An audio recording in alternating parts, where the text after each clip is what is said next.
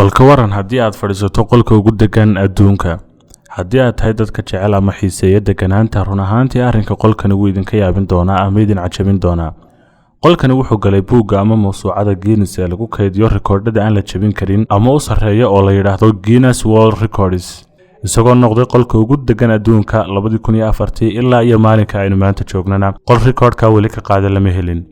haddaba aanu imaanday waa qolka ugu daggan caalamku. qolkani wuxuu ku yaalaa laababka shirkadda Orville Laboratories ee magaalada Minneapolis ee dalka Mareykanka.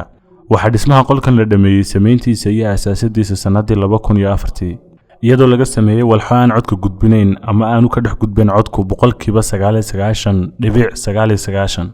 waxaa laga yaabaa in boqolleydan lagu talax tagay, laakiin waxaa hubaala inuu ilaa hadda yahay qolka ugu daggan caalamka oo dhan. celceliska gariirka ama vibrationka uu sameeyo codka ka baxaya qolka daggan ee caadiga, macnaha aanay wax sanqari ka dhex baxayn ama cid ka dhex hadlaysa aanay jirin, wuxuu gaadhaa ilaa 30 decibel.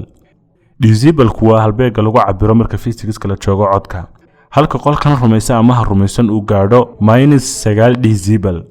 qolkan ayaa dadkii lagu tijaabiyay dhammaantood aanay ku sugnaan wax gaadha 45 daqiiqo, iyada oo marka uu qofku gaadho waqtiga 45 daqiiqo ee degganaanta noocan ah uu maqli karo codka ka baxaya habdhisyada kala duwan ee ku jira jidhkiisa. waxa uu maqlayaa dhaqdhaqaaqa mindhiciradiisa iyo garaaca wadnihiisa, sidoo kale qulqulka uu sameeyo dhiigga ee xididada dhexdooda maraya. sidaa darteed degganaanta xad-dhaafka ahi qofka waxa ay ku beeraysaa baqdin iyo cabsi, waqtiyada qaarna waali ayaaba qofku gaadhaya.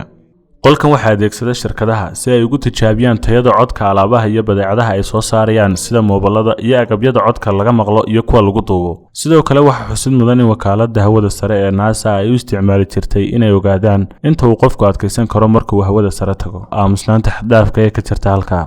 sida aynu ku naqaano sayniska hawada sare, qofku wax odaa ma maqlayo, sababtoo ah codku wuxuu u baahan yahay mawjado uu ku gudbo, mawjadahaasoo dhulka uun ku kooban, oo marka laga baxo oogada sare ee dhulka qofku wax uu arki karaa laakiin waxba ma maqli karo, xataa isagoo cod ku jiro. sidaa darteed NASA waxay ku sii ogaataa carbixiyeenadu muddada u badan ee adkaysan karaan aamusnaantan inta aanay waalan ama baqdin darteed aanay u dhiman.